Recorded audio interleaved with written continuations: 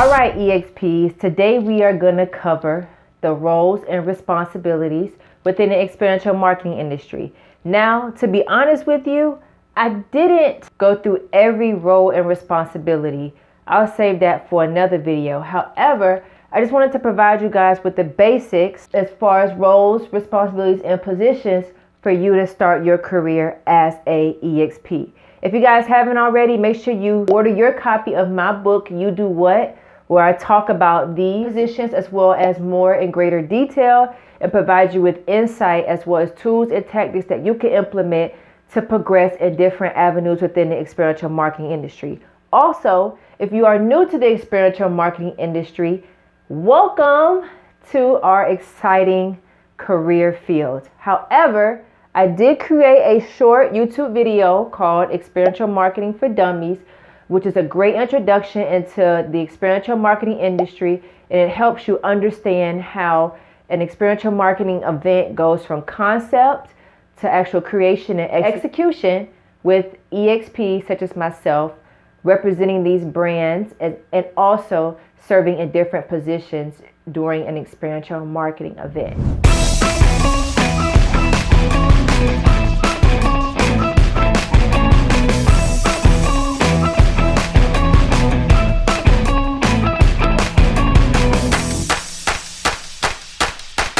Without further ado, I have my handy dandy flow chart here because I am a visual learner. So I'm going to jump right into it with the first position, brand ambassador.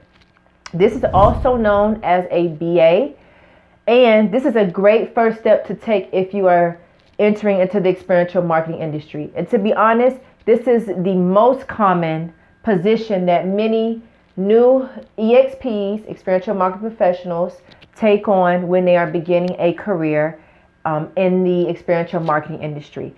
As a brand ambassador, you will be hired or contracted to represent a brand, product, or service and convey knowledgeable and accurate product information to a consumer. So just like my shirt says, ambassador of brands, the word brand ambassador backwards, you are serving as an ambassador for the brand in which you are representing. Now, the great thing about working as a brand ambassador is that it gives you the flexibility to choose your own work schedule, as you can work for different experiential marketing as well as staffing agencies.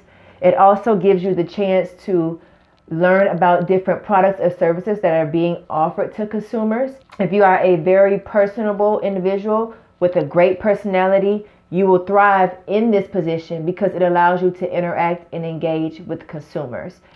Did I also mention that you have the opportunity to make some supplemental income? Or if you're looking to begin a career as an EXP, go ahead and learn how to be a great brand ambassador so that you can then move up and apply for positions such as a team lead or my next position, product specialist, which I'll dive more to in a second. So make sure that you are always practicing my 3 Ps in any position, making sure that you're professional, you're personable, and you maintain a presentable appearance. Also, as a brand ambassador, this is where you use those networking skills to your advantage. Make sure you check out my video on the do's and don'ts of networking, link in the description. And you connect with different EXPs and different experiential marketing and staffing agencies to learn how to not only obtain consistent opportunities, but build a great rapport and reputation with different account managers so that you will be considered for those opportunities in the future. Brand ambassador positions are also great in demo reps as well as any retail positions. They all fall within the brand ambassador realm. So if you're considering any of those food sampling opportunities or programs where you will be working in a retail location, then this is also considered a brand ambassador position as well.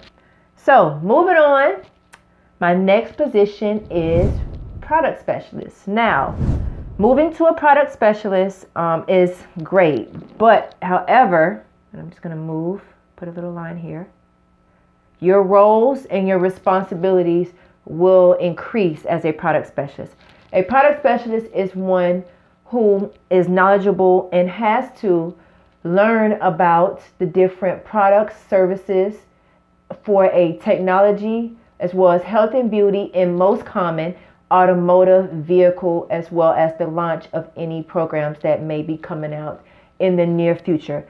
As a product specialist, you are trained on the ins and outs of a particular brand, product, or automotive vehicle, and you are expected to adequately convey that information to consumers in a concise way in which they can not only understand but relate to. So, prime example, I worked as a product specialist and have worked as a product specialist for many years in the automotive realm.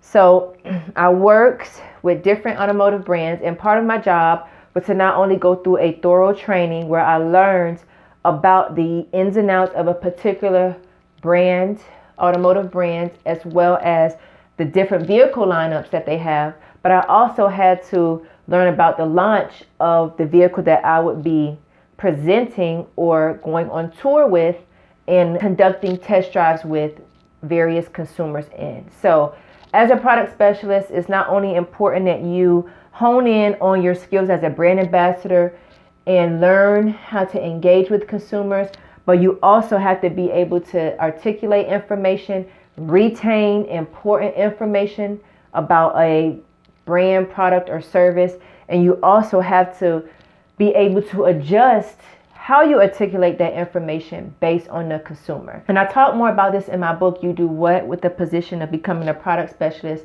but many automotive shows, or auto shows as we call them within the experiential marketing industry, trade shows, any health and beauty products, any technology devices or brands that may be launching, they all fall under this realm of products and need product specialists to be able to not only convey this information to consumers, but do so in a way which embodies and represents the brand's goals and objectives as a whole. So moving into this realm as a product specialist is great, especially if you love interacting and engaging with consumers and you love representing different brands in a different way that's unique to being a brand ambassador. The next position, and the most common position that many EXPs look to move to, is becoming a tour manager. So this position right here requires added responsibility, added roles, management skills, organization, the ability to work within a team setting, the ability to deal with various personalities, the ability to serve as a client liaison, the ability to adjust on the fly. I mean, the list can go on and on about this position because it is a step above the two positions that I discussed here. Becoming a tour manager takes time, takes the development of your skills as an EXP. It takes you going through various experiences and learning from those experiences. It takes you working with various personalities and knowing how to deal with various personalities, various account managers, various clients. And it also requires failure. Yes, I said it, failure. You cannot be a great tour manager without experiencing failure. Those key moments where you go through experiences and you are not as successful, or you fail at completing a particular task, are the learning lessons which will assist you in becoming a great tour manager. So you have to go through the bad to get to the good. In working as a tour manager, this is very important. A tour manager's roles and responsibilities, as I stated before, are inclusive of managing teams, traveling for months on end, being able to organize and have great time management skills, but you also have to be able to problem solve on a moment's notice. Working as a tour manager comes with added responsibilities. Oftentimes you may be working directly with an experiential marketing agency, whereas the other two positions may go through especially in the brand ambassador role, you may work more with a staffing agency and not the experiential marketing agency. However, when you have applied, interviewed, and been awarded an opportunity to serve as a tour manager, you have to make sure that you have all your I's dotted and your T's crossed, and that you are ready, willing, and capable to execute a successful tour. I cannot tell you the number of times I have worked with both good and bad tour managers, and in every experience I have picked up something that I have not only avoided and implemented on my journey in becoming a great tour manager. So do not take these positions for granted. Starting at the entry level is important. I started there. Many EXPs started there. And it's great because this is where you will hone in on your skills and learn how to become a great tour manager and obtain those consistent opportunities. So I hope this flowchart that I created helps you to understand the various roles and responsibilities within the experiential marketing industry. There are also roles such as mascot and MC that I will not dive into too much in this video. However, you must remember that as you progress within the industry, you always have to make sure that you are representing yourself accordingly. As I always say, you are a brand within a brand. So maintaining those high levels of professionalism, making sure that you are presentable, and making sure that you are personable is always important. Thank you guys for tuning in. If you enjoyed this video, give me a thumbs up. Provide me with your comments and your thoughts. I do have a new segment called EXP Roll Call, where I shout out different comments in upcoming and future videos that I create here on YouTube. So definitely go ahead and leave me a comment, and who knows, you may be featured on a EXP roll call in the near future. Make sure you subscribe to my channel to learn more about future videos that I'll be providing you guys. And also shoot me a comment and let me know if there's any topics that you want me to cover on future videos as well. Thank you guys for tuning in, and enjoy the rest of your day.